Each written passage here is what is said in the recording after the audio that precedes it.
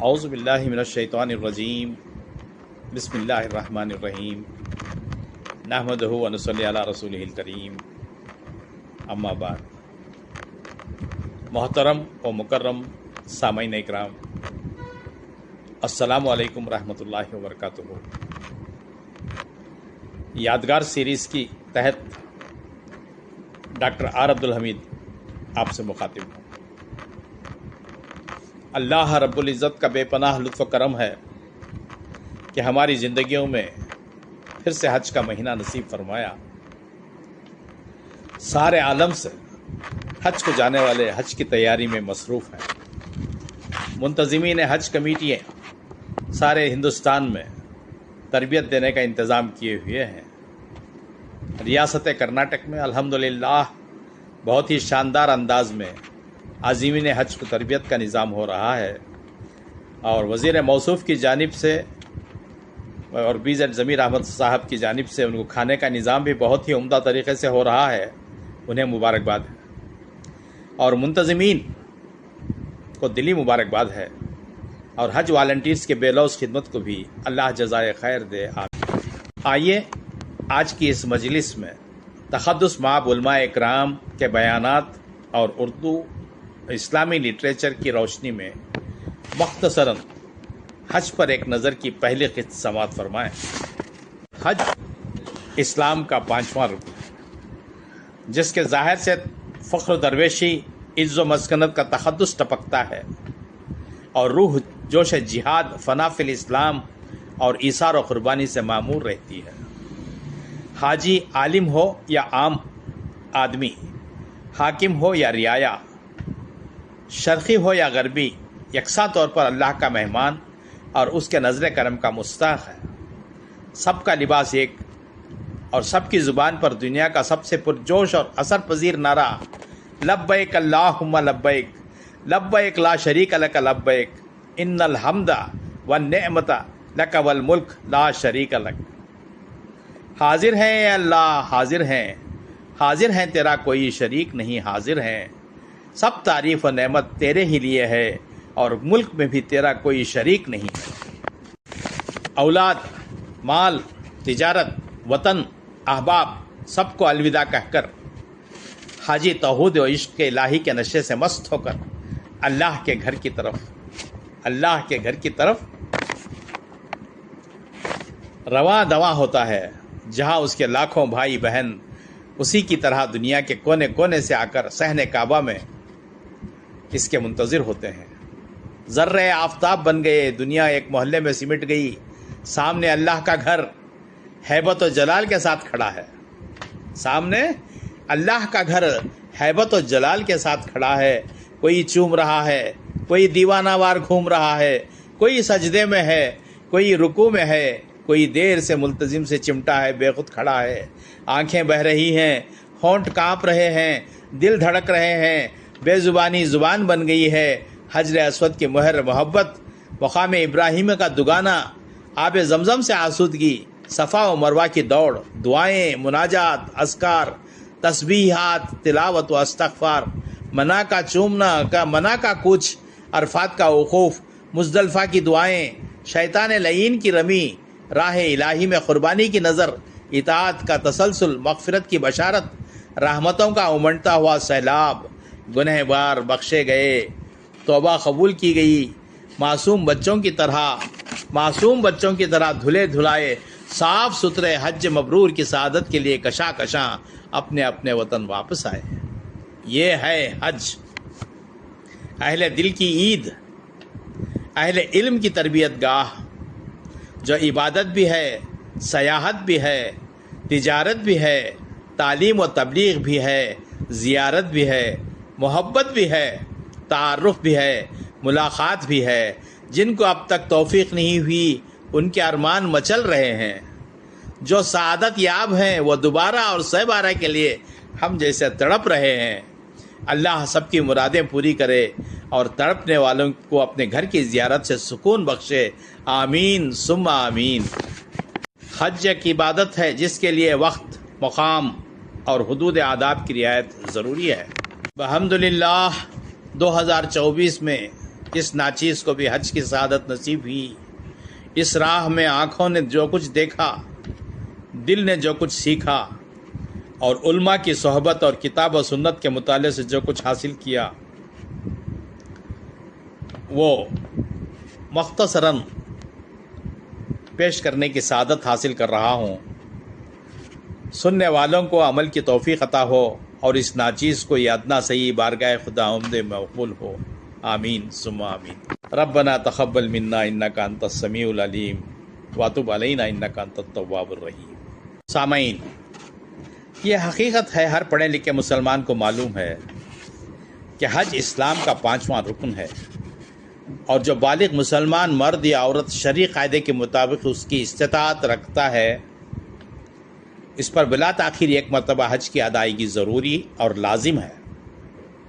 یہ بھی معلوم ہے کہ اسلام کا دوسرا رکن نماز اور تیسرا رکن روزہ دونوں جسمانی عبادت ہیں، اور چوتھا رکن زکوٰۃ صرف محض مالی عبادت ہے، اور حج مالی اور بدنی دونوں طرح کی عبادت ہے، اور اس میں جہاد بالنفس والمال اور ہجرت کے اوصاف و خصائص بھی پائے جاتے ہیں۔ حج کی فرضیت: وَلِلَّهِ عَلَى النَّاسِ حِجُّ الْبَيْتِ مَنِ اسْتَطَاعَ إِلَيْهِ سَبِيلًا وَمَنْ كَفَرَ فَإِنَّ اللَّهَ غَنِيٌّ عَنِ الْعَالَمِينَ۔ ترجمہ: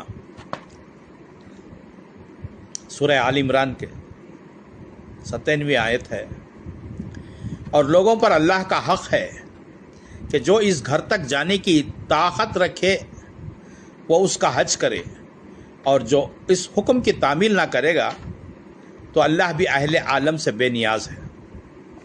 مسلم شریف کی حدیث ہے، یا ایھا الناس قد فرض علیکم الحج فحجوا، اے لوگو تم پر حج فرض کیا گیا ہے لہٰذا حج کرو۔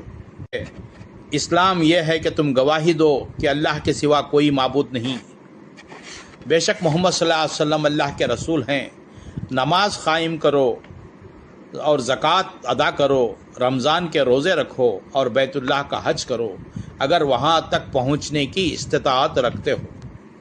حج عمر میں صرف ایک بار فرض ہے، حج عمر میں صرف ایک مرتبہ فرض ہے، اس سے زیادہ کی توفیق ہو تو نور علی نور، لیکن پہلے حج کے سوا بقیہ سب حج نفلی ہوں گے۔ چنانچہ حضرت عبداللہ بن عباس رضی اللہ تعالیٰ عنہ سے روایت ہے کہ رسول اللہ صلی اللہ علیہ وسلم نے فرمایا، لوگو اللہ نے تم پر حج فرض کیا ہے۔ یہ سن کر حضرت اقرع بن حابس رضی اللہ تعالیٰ عنہ کھڑے ہو گئے اور عرض کیا، یا رسول اللہ، کیا ہر سال؟ تو آپ صلی اللہ علیہ وسلم نے فرمایا، اگر میں ہاں کہہ دیتا تو ہر سال کے لیے واجب ہو جاتا، اور اگر واجب ہو جاتا تو تم نہیں کر پاتے، نہ استطاعت رکھتے۔ حج زندگی میں ایک بار فرض ہے، جو اس سے زیادہ کرے وہ نفل ہے۔ حضرت صلی اللہ علیہ وسلم نے ارشاد فرمایا، حج تمام گناہوں کا کفارہ ہے۔ جو اللہ کے لیے حج کرے، فسق و فجور سے بچے، تو وہ گناہ سے ایسا پاک ہو کر لوٹتا ہے جیسا کہ ماں کے پیٹ سے دنیا میں بے گناہ آیا۔ حج اور عمرہ کے فضائل کا خلاصہ سماعت فرمائیں۔ حج بڑا مبارک عمل ہے، اس لیے اس کے فضائل بھی بہت ہیں۔ یہاں حج کے فضائل احادیث کی روشنی میں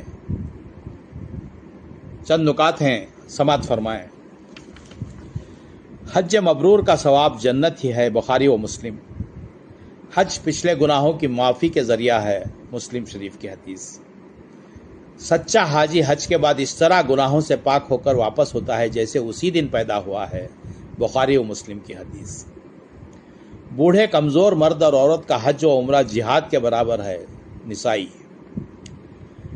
حج اور عمرہ فقر و فاقہ اور معصیت کو اس طرح ختم کر دیتے ہیں جس طرح بھٹی لوہے، سونے اور چاندی کے میل کو ختم کر دیتی ہے، ترمذی شریف کی حدیث۔ بیت اللہ کی طرف حاجی اور اس کی سواری کا اٹھنے والا ہر قدم حاجی کے گناہ کو مٹا دیتا ہے اور ایک درجہ بلند کرتا ہے، بیہقی کی حدیث۔ حج اور عمرہ کرنے والے لوگ اللہ کے مہمان ہیں، اللہ کی دعوت پر یہ بیت اللہ آئے ہیں، جب یہ دعا مانگیں گے اللہ قبول کرے گا، نسائی کی حدیث۔ حاجی کی دعا اپنے حق میں قبول ہوتی ہے، اور جس کے لیے حاجی دعا کرے اس کے لیے بھی قبول ہوتی ہے۔ حج اور عمرے کی راہ میں مرنے والوں کو قیامت تک حج اور عمرے کا ثواب ملتا رہے گا۔ ابو الاعلیٰ، حج کی راہ میں مرنے والا حاجی حشر کے میدان میں احرام کے اندر لبیک کہتا ہوا اٹھے گا۔ بخاری اور مسلم کی حدیث۔ حج کا ثواب تکلیف اور خرچ کے مطابق ملتا ہے۔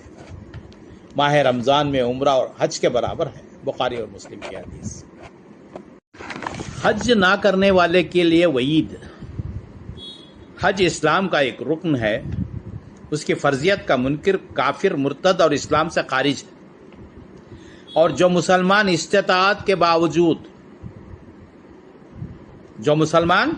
استطاعت کے باوجود حج نہیں کرتا، اس کے متعلق حضرت صلی اللہ علیہ وسلم کا ارشاد ہے، جو شخص بیت اللہ تک کے سامان سفر اور سواری کے خرچ کا مالک ہے پھر بھی حج نہیں کرتا، اس کے لیے برابر ہے کہ وہ یہودی ہو کر مرے یا عیسائی ہو کر مرے، اس لیے کہ اللہ کا ارشاد ہے، وَلِلَّهِ عَلَى النَّاسِ حِجُّ الْبَيْتِ مَنِ اسْتَطَاعَ إِلَيْهِ سَبِيلًا۔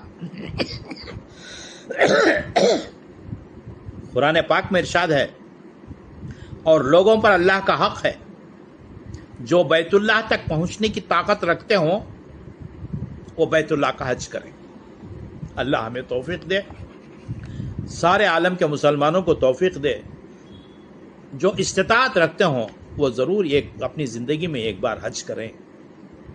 اللہ ہمیں توفیق دے۔ اس پہلی قسط کو یہاں پر میں اختتام کرتا ہوں۔ میری اس ادنا سعی کو اللہ تعالیٰ قبول فرمائے۔ آپ ثواب جاریہ کی نیت سے اپنے دوست و احباب میں شیئر کریں۔ وآخر دعوانا الحمدللہ رب العالمین۔ آپ کی دعاؤں کا طلبگار ڈاکٹر عبداللہ۔